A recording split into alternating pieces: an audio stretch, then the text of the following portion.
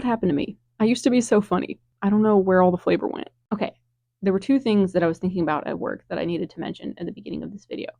One, did anyone else think it was a little odd that when Jessica was telling Vash that someone was attacking, they both seemed to understand that that could only be Knives? Like, oh, he's the only one that knows where home is. And I thought that was a bit of an odd conclusion to draw, because surely Knives is not the only one that knows the location of home. We know that Leonov is from there, unless they don't know that he exists. The other thing I was going to say, I really, really hope Wolfwood has some character development that has happened off screen in the time skip. Because in Stampede, Meryl, I think, was very, I don't want to say infantilized, that seems too strong of a word, but juvenile. She seemed very juvenile to me, and Wolfwood also. But what we have seen of Meryl so far, she seems to have grown a lot in those 2.5 years. I hope we see the same from Wolfwood. I hope that he is not as childish as he was. Because 2.5 years is a long time. People change. I did not love episode 2. But let me be clear. I don't think it's irreversible damage. I think we can turn the ship around. If this episode is going to be as big of a set piece as I think it's going to be, it might be able to do a whole lot of course correction. Let the puppet show begin. Oh, we're literally starting with the puppet show. Was that a scrapyard on the home ship? I mean, I guess they would have to put their garbage somewhere.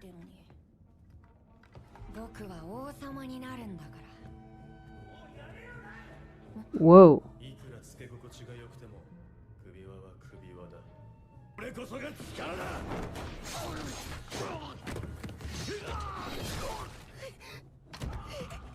How old is this dude? Ancient.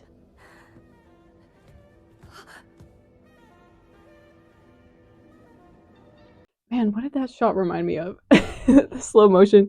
Like... Let me put myself in the scene. Let me make sure I'm tracking with this. So this would have been close to 150 years ago. This would have been like 140 years ago. And I suppose whatever magic Knives has been able to work on Conrad, keeping him alive, he's been doing the same for Emilio. Okay. Let me go back and watch all that again, just to make sure that I got everything. Okay. This would have been very shortly after the big fall. The structures are either still being constructed or are made of garbage. We have shelters here that are very hastily constructed. People are still wearing the ship clothes because they probably don't really have much else. Huh, when I first saw this scene, I was under the impression that it was like a derelict ship. Well, I guess they're all derelict, but like, I didn't think there was other people here, and well-lit hallways and children. I like the little eyelashes. The drama. Oh, that's that funky little like circusy sounding music that played when Legato first showed up. I knew I'd heard that somewhere. That it was when Legato was threatening Wolfwood. Okay, so is he with them already? He walked after Knives and Conrad very confidently for someone who just saw this other kid kill a bunch of people. Is he already with them? Or does he just want to be with them because he's interested in the power? Now, why would they say that she said Meryl when she clearly said Senpai?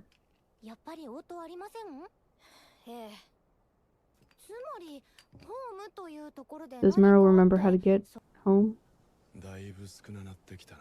Yeah, because you keep eating those things like candy. Can't catch a break.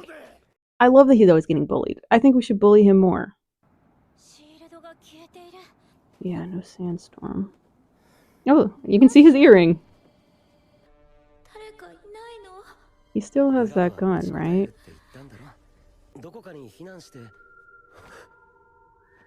Diegetic whistling? That's Knives' piano theme. There was also a diegetic music moment in episode 3 of the first season. This eyes motif with the moon and the cameras and Tesla's eye. It's very good. Oh yeah, I think this was in the trailer. Knives standing at the top of the pile.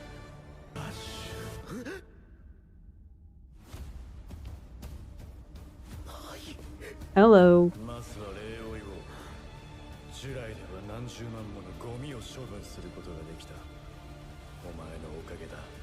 Is it really him though? I don't see any knives. Is he a puppet? We can't. They're not showing us him properly.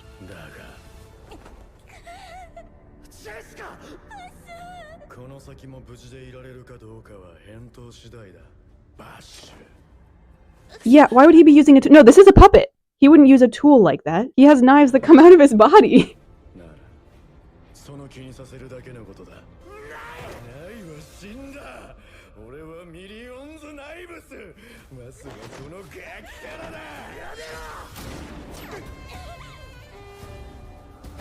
I hear a saxophone. Ooh, Mid-Valley just off screen getting crazy with it. Uh-huh. Okay. Yup. Yeah, no, I called it. Knives is that's not knives. That's a puppet. Mm-hmm.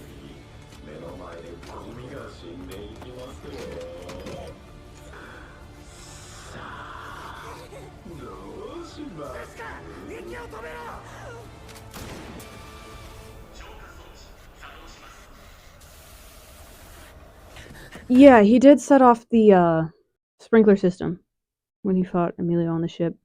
Except it wasn't as like a smokescreen thing. It was to sog down bog down? Yes. To soak the puppets and bog them down, making the wires cut Emilio's fingers. Cool homage, different function. If I'm him, wait, has Vash met Legato yet? Because if I'm him, I'm thinking it's Legato.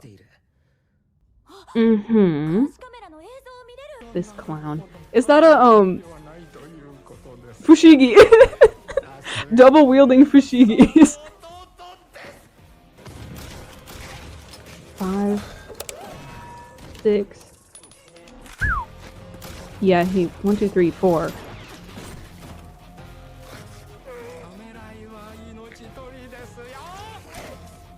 He must have reloaded in the hallway. 5, 6. Yep. Reload. Yeah, whatever. Whoa.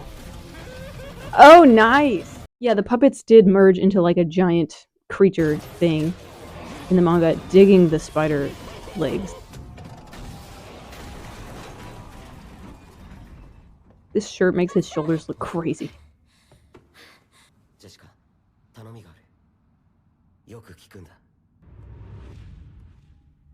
Nice. This looks like an excellent set piece for a fight. I think Wolfwood's about to show up. This looks like where he was in the trailer.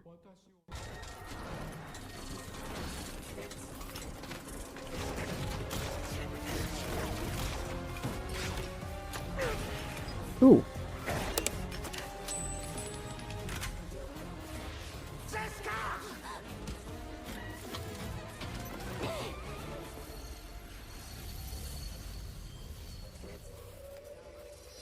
Oh, is that the gravity plant? Yeah.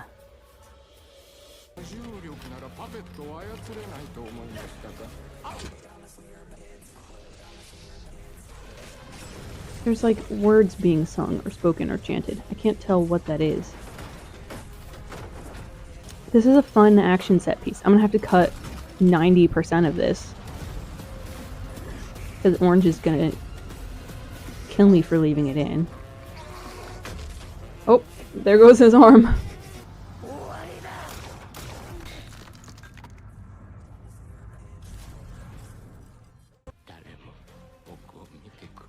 Nobody ever paid attention to me. Boo-hoo.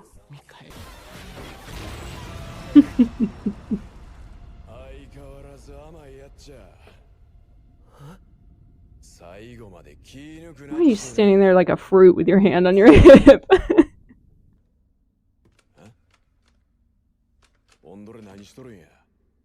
Checking for strings.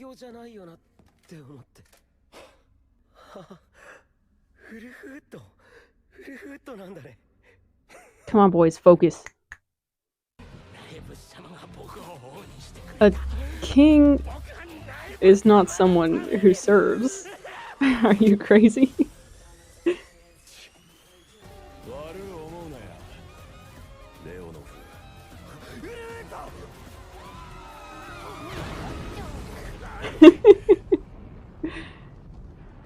The girls did that, dropped in through the ceiling and crushed somebody that was approaching Wolfwood, but that was with Grey the Nine Lives. Because in the manga, Vash was fighting Leonoff at the same time Wolfwood was fighting Grey.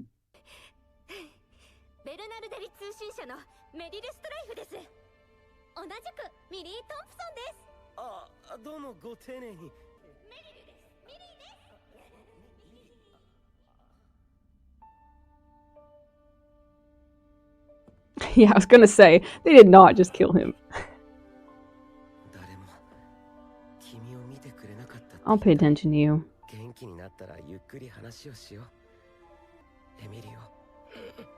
In the manga, Emilio straight up killed himself. Sorry, I shouldn't laugh at that. I do find it very interesting that with all of the gung-ho guns, I'm going to still use that term, even if the show doesn't use it. But with all of them that we've encountered, they all meet their ends in like very different ways from how they do in the manga. Someone's death or the end of someone's story is usually one of the most important elements to their story. And so it's odd to me that they have consistently been drastically changing the ends to people's stories. Although I suppose if you're changing the beginning and the middle of everything, then it probably doesn't matter so much. But like Monev being shot in the head by Wolfwood to save Vash, instead of Vash giving him a second chance at life and then later he's crucified by Alindra. He gets Raide's end instead. E.g. the Mine, I suppose, gets a somewhat similar ending to his manga counterpart, where like Knives just kills him in this show. And in the manga, he was very handily beat by Vash and then presumed murdered by Legato and or Alindra. Hoppard obviously killed himself in this show versus was killed by Legato. Leonoff survives and is given a second chance versus killing himself. So he gets Monev's ending, minus the crucifixion part, but who knows, maybe we just haven't got there yet.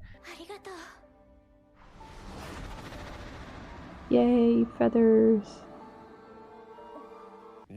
So did nobody die?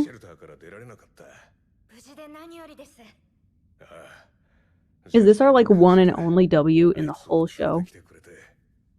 In the manga, like a lot of people died. And it's low-key implied that the puppets were made out of people's bodies. I don't know if that's ever outright stated. I always just kind of thought that like they were modeled after people, because I don't even think that you could make somebody. Anyway, but I'm not going to complain that like people didn't die. A win is a win. And I think that this version of Vash has had so few wins that, yeah, this one is deserved. I was watching this and I was sitting and thinking, man, if Wolfwood just like shoots Leonoff right here, right now, or if he hears from Luita that like a bunch of people died again, it's going to be such a total bummer, because Vash has not once in this whole series had anything good happen to him. I mean, like in episode 2, he got the Nebraskas to stand down, and then like immediately after that, they got killed by Knives, or if not killed, chopped up severely. He's taken so many L's. The show needs to show us that his pacifism and nonviolence works. Obviously, there are instances where it doesn't, but we need to be shown the instances where it does. Otherwise, it makes him look insane and delusional. Which he is. He is a little bit insane and delusional. But in the manga, you're like, okay, he doesn't want to kill anyone, but he can execute on that. Like, we've seen so many times him solve a problem with nobody getting killed, right? And so, even if we're not fully on board with the pacifism, he can put his money where his mouth is. This episode might kind of be this show's only instance like that so far. They did stop the ship and nobody really got hurt or died there, except Livio did shoot himself in the head. ルイード。僕は許されないことをした。ないを止めることができなかった。それどころか従来をたくさんいたんだ。僕に笑いかけてくれた人が、水をくれた人が、僕も死ぬべきだったのかもしれない。The thing that he struggles to internalize is that he tried. It's not that he did something unforgivable or by inaction caused something unforgivable to happen. It's that he tried and he failed. And that is a really hard thing to come to terms with, knowing that your best was not enough to prevent a tragedy. It's more of a guilt over the circumstance than over any particular action or inaction. But that doesn't make it any... I don't think that makes it any easier to deal with or to manage.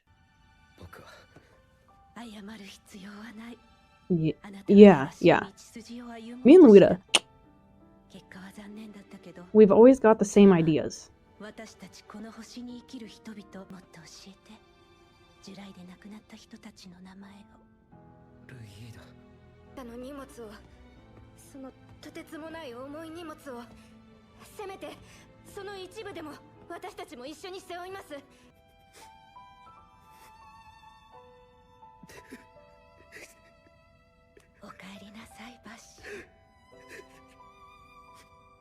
Why did nobody hug Vash?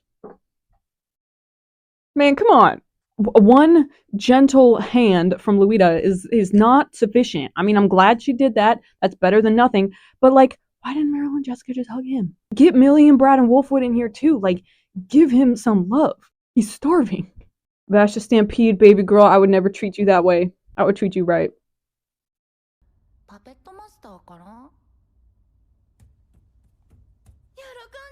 Girl, you're the age of a grown adult. Why are you acting like a baby?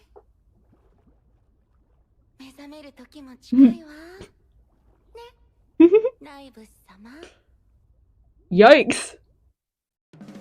How it feels when you gotta wake up for work. You know what? I had fun. I had a good time with that. Do I think that this made Emilio lean off the Puppet Master any less corny? No, not at all.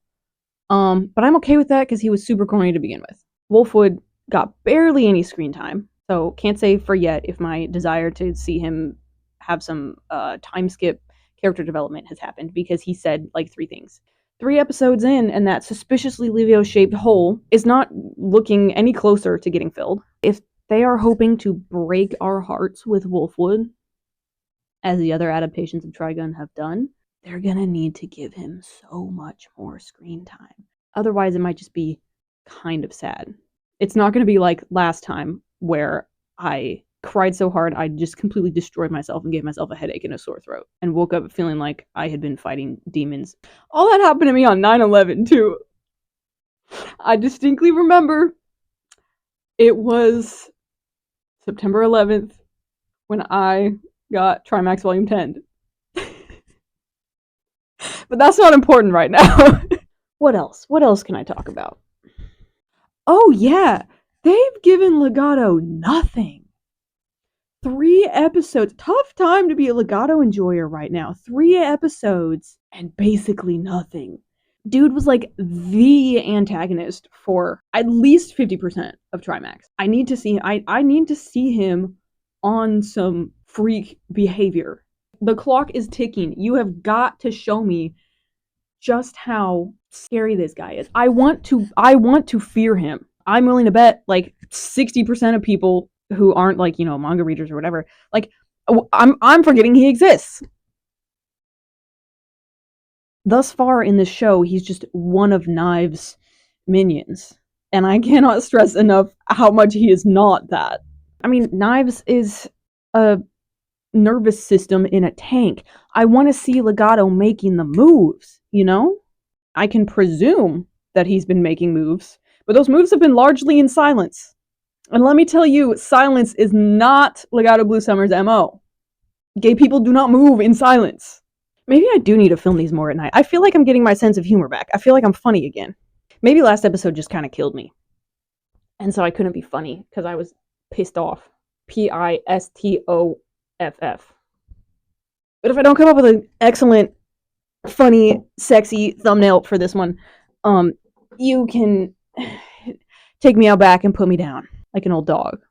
Normally I don't film at night because I'm kind of incoherent, but I do feel like filming at night is kind of working for me, kind of adding some flavor. You don't know this, but I've been farting in my room.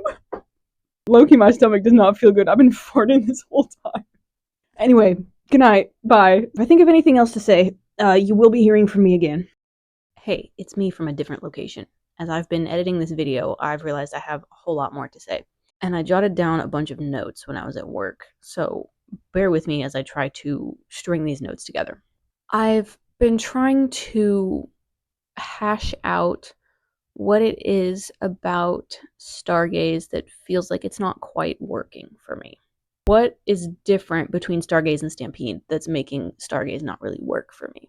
And I don't think it just comes down to the fact that I have read the manga, although that could be part of it. I have rewatched Stampede with my manga goggles on, and, you know, I found things to pick at, but overall found that it generally holds up. It has a trigun feel. It feels like an homage, a love letter to the source material. And there is a piece of that thus far I have felt is missing in Stargaze. So I'm trying to extract out what that could be. What is doing that? Hello? What is doing that or not doing it for me? And I think a lot of the problem I have with Stargaze is that it's putting out some really interesting ideas and then not really executing on them, or just not executing well. And that could be a matter of subjective taste, but I'm also seeing a lot of my critiques being leveled or echoed by other people. Stargaze will take a solid premise, something taken from the manga, and then twisted a little bit, in a way that's quite interesting, but the follow-through doesn't land. And I want to compare Stampede Episode 5 with Stargaze Episode 3, because both are episodes featuring one particular person, one particular enemy, with a backstory tied to the past, to Vash and or Knives. Some reveal where Vash knows this person. And I think Stampede 5 did it pretty well, but Stargaze 3 did not. Because Stampede 5 worked the entire episode around the idea of this child, the child of blessing, someone who was sick, who was special, who was taken and used and experimented on, and comes back and resents Vash. That episode was dense with information and symbolism and emotion, and I really felt Vash's desperation to want to save this child, and his sorrow and his heartbreak and his guilt when he found him again and knew that he failed to protect this kid. And yes, it's completely different from the Mona of the Gale in the manga, but I don't really mind it all that much because what they gave us instead was still quite rich. I had my own issues with the way that the changes stripped Vash of his rage and a difficult decision, but that's not really what we're talking about here. I'm looking at the way that two different seasons handle a relationship between Vash and an enemy who he knew when they were a child. Episode 5 was cohesive. It had some really beautiful scenes. It gave us a lot of world building, was a tool to introduce the Eye of Michael and this idea of all of these kids that have been experimented on, and showing us the desperation of the people of No Man's Land and alternate ways of trying to find energy, ways to survive without plants. I had questions, I had answers, I felt the emotions.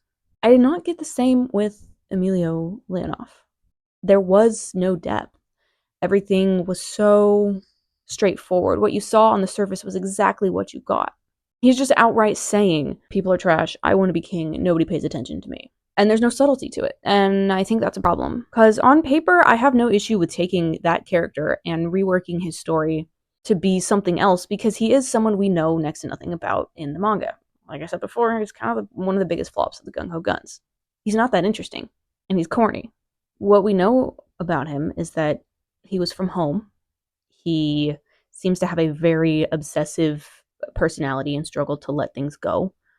We know that Vash knew him to some degree when Emilio was a child, and Vash tried desperately to save him, even though he had hurt and tortured all these people that Vash loved and desecrated their shared home. And like that's about it. That's about all we get to know about this guy. And for the show, most of that was dropped. I think there was material there for them to expand on, and yet the route they chose to go was such a direct, like, I'm a bratty kid who wants to be in control of everything. I think other people are trash and I want to be king, and I will demonstrate that by literally carrying around a king puppet. And he stays cheesy, he stays corny, he's on that cob. So it kind of feels like they kept the bad and switched the good for something a little less good. Like on paper, I have no issue expanding Emilio's backstory or changing things so that he's not from home, changing things so that he's been with knives ever since he was a little kid. That's very interesting to me. Making him not from home, but from this different ship. This ship where Knives killed all those people. The fact that he watched Knives, who was also a child, kill all those people. And that did something for him. That interested him. It intrigued him. That power, that desire motivated him. That desire for power motivated him. That's very interesting. They're kind of starting off with a premise that I'm intrigued by, a premise that I like, and then they don't really go anywhere with it. We don't get to see why Knives would take an interest in this other little boy. And like, why would Knives put up with humans unless they had some skill that was useful to him? And we don't really see young Emilio presenting any sort of skill, anything that would like prove his value to Knives. And we also don't get to know how or why Vash knows Emilio. Taking away Emilio as one of the home ship residents takes away that baseline that had been established between those two characters. It feels odd because if we drop the like Emilio was part of Ship 3 backstory, then why would Vash have any reason to know him? In the Stargaze episode, Vash extending that grace to him and saying, you know, hey, let's talk. That's nice. That feels like a Vash thing to do, but we are not aware of an established connection there. Even though Vash uses his name and addresses him as Emilio, it's like, where did that come from? I'm just thinking of the difference between these lines, okay? In the manga, like the one line he said to Emilio, the sort of one-liner that he dropped was, Emilio, have you forgotten the taste of your father's bread? And in the show, what he says is like, I'm sorry that nobody ever paid attention to you. Do you want to talk to me about it? Like, do you see the chasm of difference between those lines, between those two ideas? So this sort of reveal of him knowing Emilio's name and saying, hey, let's chat, feels based on nothing. Whereas in Trimax, it makes sense because Vash was there when Emilio was growing up. Even if they weren't close, he would have been a presence on the ship in his life. And then the show is trying to convince us that somehow Vash knows Emilio, that these people know each other, just by saying, source, trust me, bro. But the manga just gave us a tidbit of information that they're both from the same home, and that tells us all we need to know. Like, that establishes so much. And so there's groundwork there. It's like, if you want to change something, you've got to have a reason for it. And I am seeing a lot of changes that don't seem to have rhyme or reason to them. And another interesting tidbit about Leonov in the manga is that I was seeing a lot of parallels, interestingly, between him and Jessica. But with all of the changes to both of those characters, there's absolutely nothing, no lines to be drawn between them at all. I don't know, I don't want to be too negative. I really do enjoy doing this kind of dissection and trying to take apart the inner workings of something and see how and why one thing worked for me and one thing didn't. I want to see this show succeed. I want to like it. There are things that I like and things that I dislike, and I'm not trying to just hate on it. But this kind of discussion and picking apart is very fun for me, and I'd love to hear your thoughts on it.